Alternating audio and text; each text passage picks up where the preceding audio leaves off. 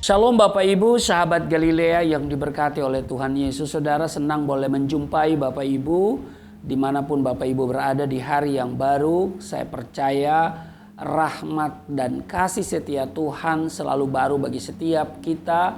Dan saya berdoa Bapak Ibu semuanya berada dalam keadaan yang baik-baik saja. Saudara, tidak semua orang memiliki kepedulian terhadap orang lain.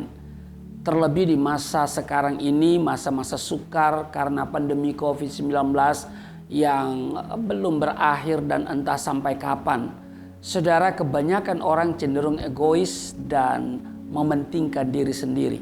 Nah, Alkitab mencatat di dalam Matius pasal ke-24 ayatnya yang ke-12 dikatakan, dan karena makin bertambahnya kedurhakaan maka kasih kebanyakan orang akan menjadi dingin. Saudara, dikatakan maka kasih kebanyakan orang akan menjadi dingin. Saudara, mari kita belajar dari seorang tokoh Alkitab, ya, seorang yang memiliki kehidupan yang baik, namanya Nehemia. Kita akan belajar dari kehidupan seorang Nehemia. Ia adalah salah seorang bangsa Yahudi yang dibuang ke Babel. Berada di negeri pembuangan bukan berarti akhir dari segalanya.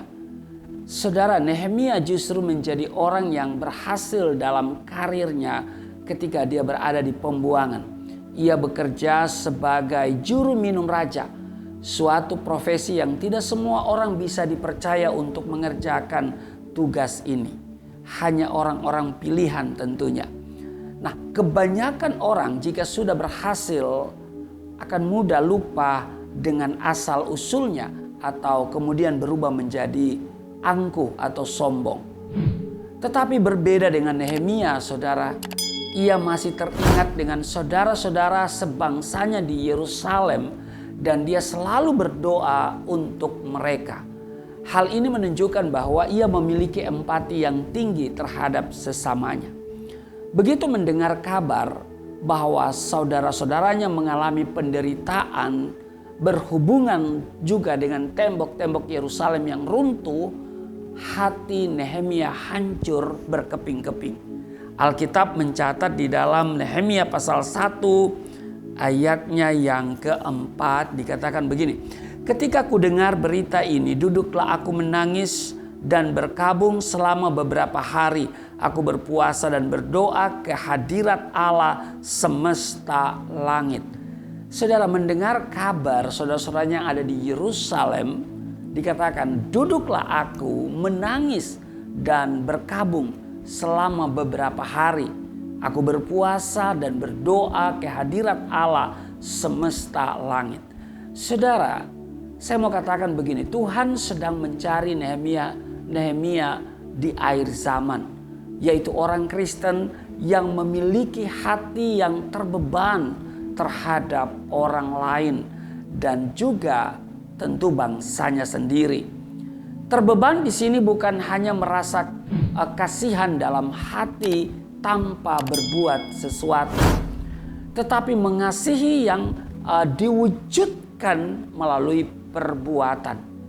Dikatakan di dalam Alkitab, misalnya kita lihat di 1 Yohanes pasal 3 ayatnya yang ke-17 dikatakan, barang siapa mempunyai harta duniawi dan melihat saudaranya menderita kekurangan, tetapi menutup pintu hatinya terhadap saudaranya itu, bagaimanakah kasih Allah dapat tetap di dalam dirinya? Saudara, Tuhan memanggil saudara dan saya untuk menjadi berkat bagi orang lain. Amin. Bagaimana kita bisa menjadi berkat jika hidup kita hanya terfokus pada diri sendiri atau egois? Orang-orang miskin atau orang-orang kekurangan, anak-anak yatim piatu atau anak-anak yang terlantar selalu ada di sekitar kita.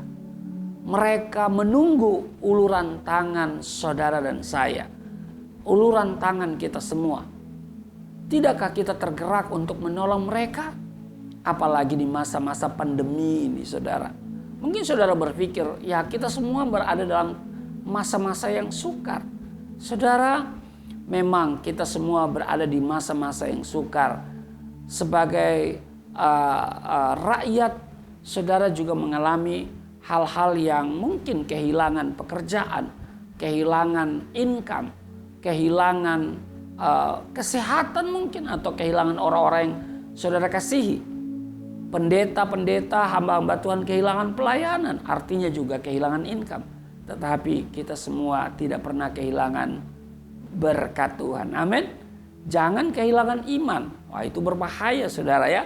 Nah, saudaraku yang kekasih, firman Tuhan di dalam Galatia pasal 6 ayatnya yang kedua, bertolong-tolonglah menanggung bebanmu. Amin.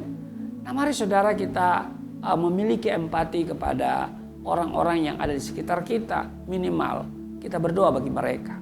Saudara juga berdoa untuk saya, kesehatan saya, berdoa untuk pelayanan saya, juga berdoa untuk Yayasan Pelayanan Galilea Indonesia. Juga saudara boleh mendukung untuk membesarkan Galilea Network ini saudara ya, dengan saudara share kepada teman-teman saudara.